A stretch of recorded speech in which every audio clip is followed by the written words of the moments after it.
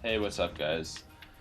I'm gonna do kind of an odd video today that hopefully some of you will benefit from because as I've spent the last few weeks playing Counter-Strike, I've had a plethora of questions just from random people and also from subscribers about control settings.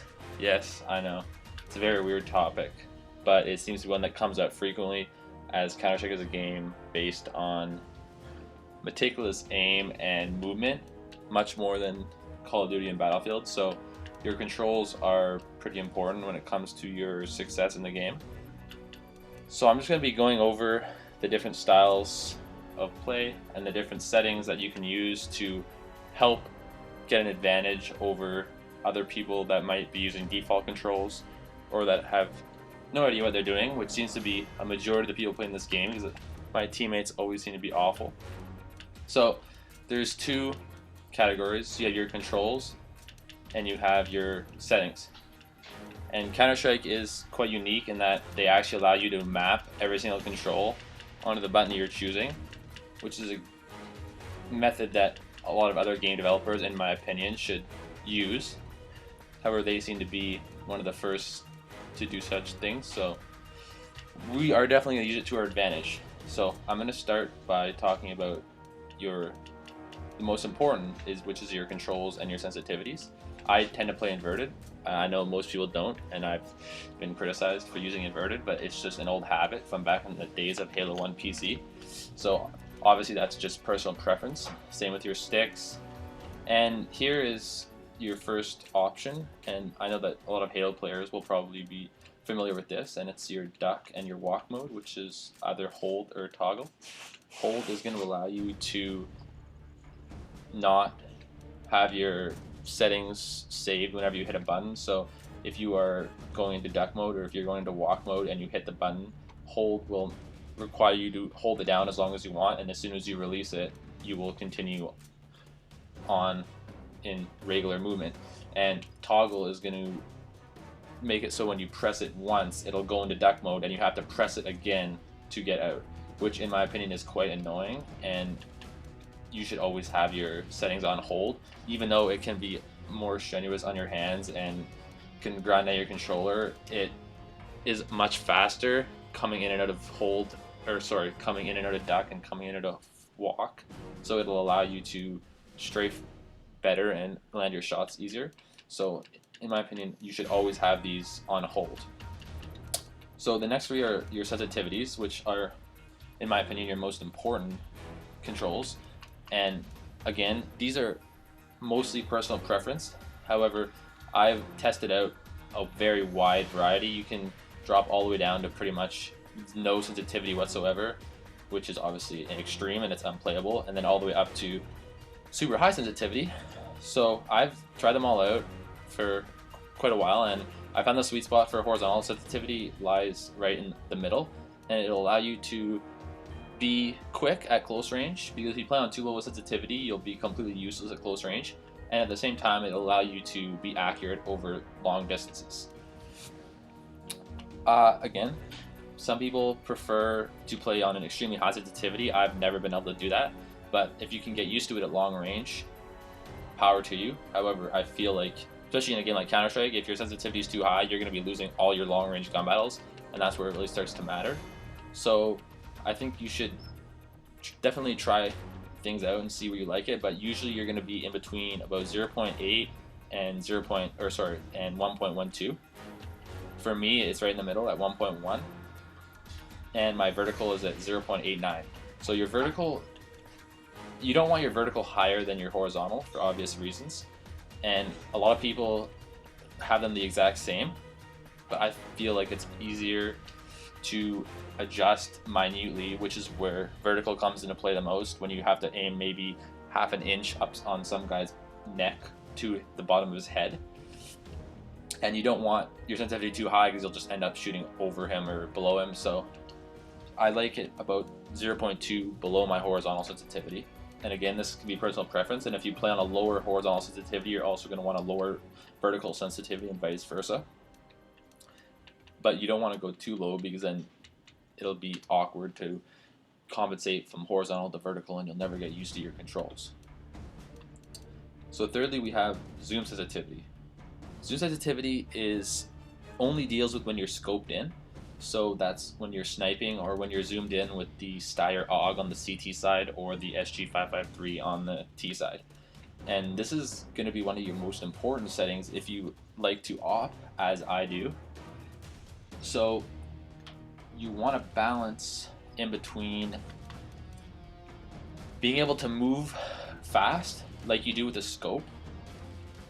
Being a successful opper, obviously you need to have good twitch reactions, and I think default, I don't remember exactly, but actually let's find out here because there's a restore default button, but I think it's about 0.7.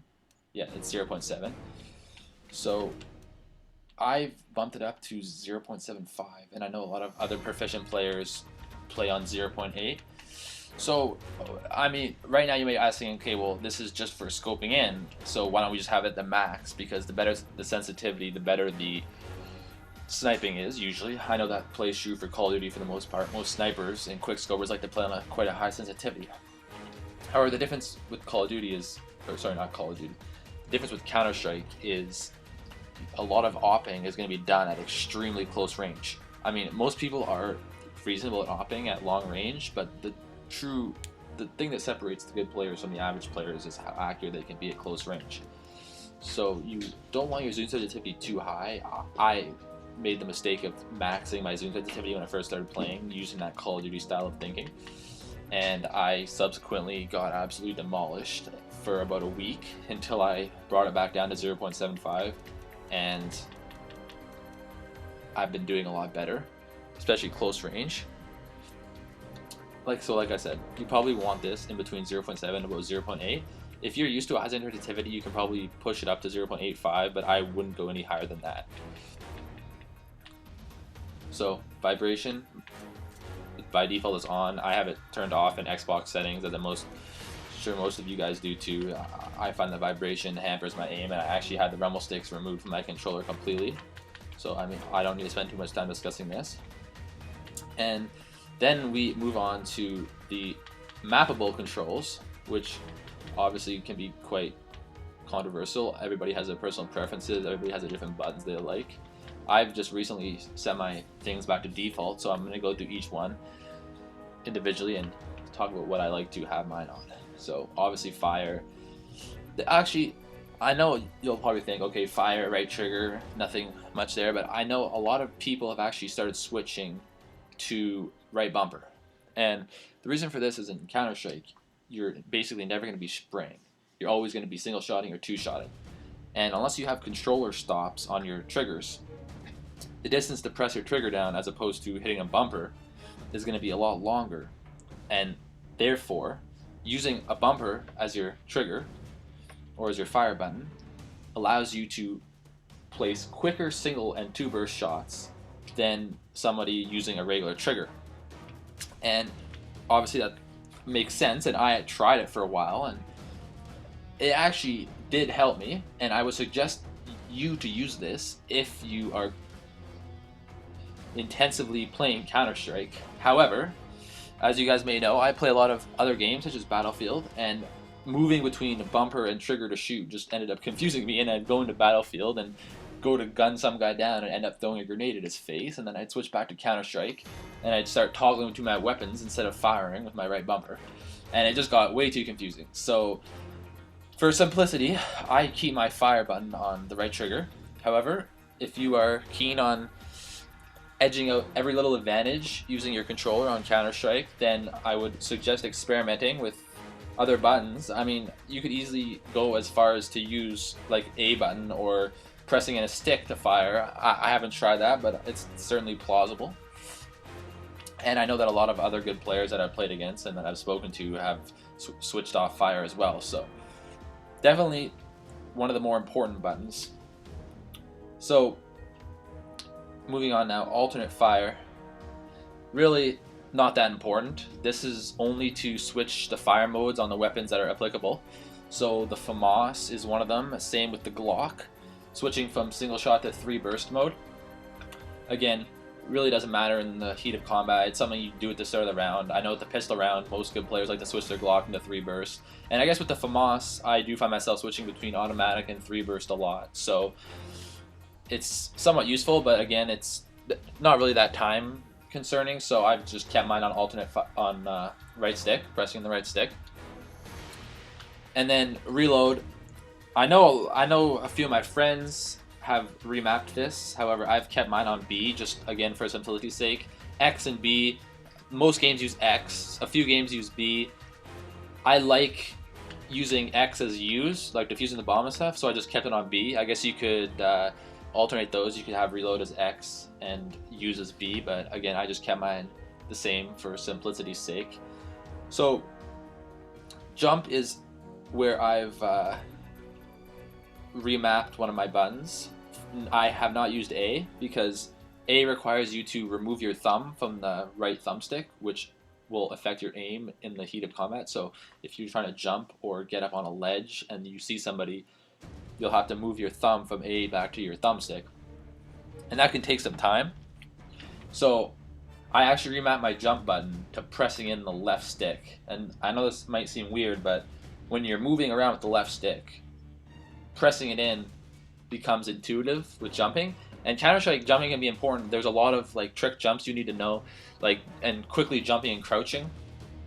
Sorry, jumping and ducking, I guess, as Val wants to call it. So having the left stick and the left trigger for jump and duck, once you get used to it, it'll allow you to more fluently jump up on ledges and duck shots and so on and so forth, much more so than A. So this is definitely something that I recommend you do, highly recommend you do, because once you get used to it, you'll notice that it's a lot easier to get into trick spots, and also easier just to jump and duck when you're in gun combat, because you don't have to remove your thumbstick. So you don't have to remove your thumb from the thumbstick. So left stick, press in with jump, duck, L trigger, very important. I highly recommend them. And so use, like I said earlier, use and reload, they can be interchangeable, but I haven't done anything with them. Same with Y, and also with select grade, grenades, bomb, melee. So, actually, no, that's not true. This whole restoring the defaults has confused me, so I've remapped LB to walk. And you can see it doesn't have a map right now because I've switched it off. I think normally walk is press in left stick. Yeah. So I have this for jump. And I found that if you don't have toggle to walk, which you shouldn't, then you have hold to walk. Pressing in the left thumbstick, sorry, holding in the left thumbstick can become very tedious and hard on your hand, and it'll frequently slip, and also your thumb will get sore, which some of you don't want. However, at the same time, being able to walk for long periods of time is incredibly important in competitive play, because footsteps as well as accuracy. I mean, I think if I was to say the biggest thing that I see the average Counter-Strike player doing is running way too much, because when you run, your reticule is just absolutely massive. So if you see somebody, you run around a corner and you see somebody and your reticule is that big, most people just turn and start shooting, and you're lucky to hit the broadside of a barn. I mean, obviously you can get a lucky headshot once in every 100 times, but more than likely you're gonna get killed, especially if he knows what he's doing. So especially in like one-on-one situations and situations where you know you're gonna be going around a corner and finding an enemy, you should always be walking. Crouching is a lot riskier because usually they can see you easier. You move much slower. So if you're crouching around a corner, you usually end up getting shot in the head before you can get a shot off. And this is especially true if you're going down a choke point, like going into B or long A at dust, and you're dust 2 and you're crouching. You're just gonna get sniped or shot. You're way too exposed. So what I usually do is I quickly jump, then go into walk mode, and I usually throw people off. But walk being on my left stick, it just got way too confusing. So I switched this to left bumper, and I found it helped a lot because I can walk as much as I want, and it's comfortable with my hand, and I can still aim at the same time. I don't have to remove my thumbs from the thumbstick at all.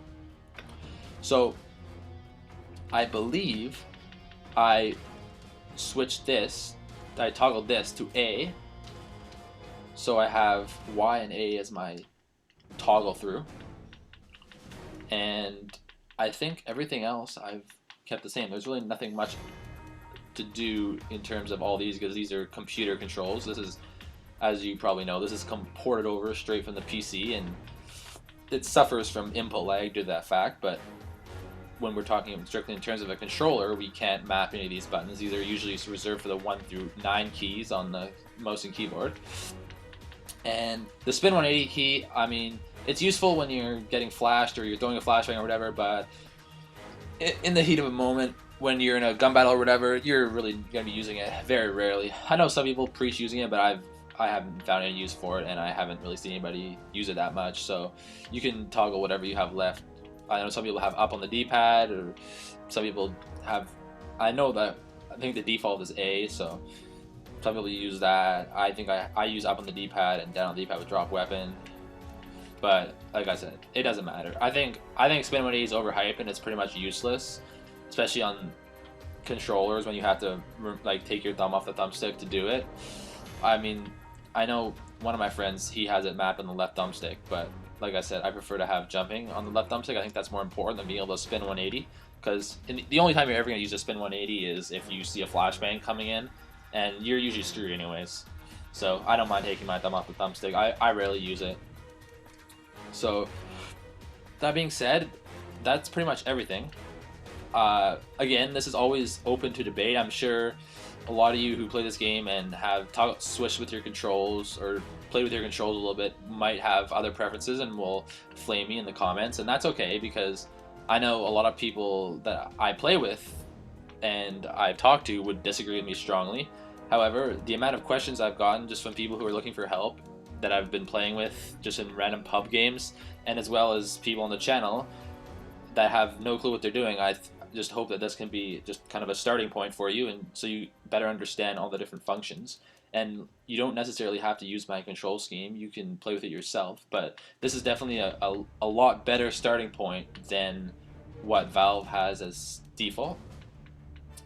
And it'll definitely take some time to get used to, especially the whole jump and the duck thing with the left trigger and the left trigger, because I'm used to Battlefield for jumping with the A button and all that stuff, because they don't let us remap our controls, unfortunately.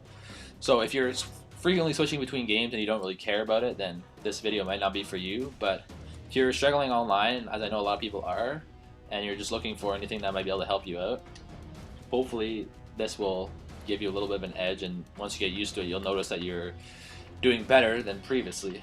So I think that's going to wrap it up for this video. I'm definitely planning on putting out some more Counter-Strike videos as I play this game competitively, and I play it more than I play Battlefield now. So if you have anything you want me to cover, talk about, or just gameplay footage, montages of a certain weapon, just leave a comment on the video or send me a message and I'll try to get it out for you. So that's it. I hope this helped you. And like I said earlier, if you have anything you want to see or you want me to do, just leave a comment and I'll try to do it as quickly as possible.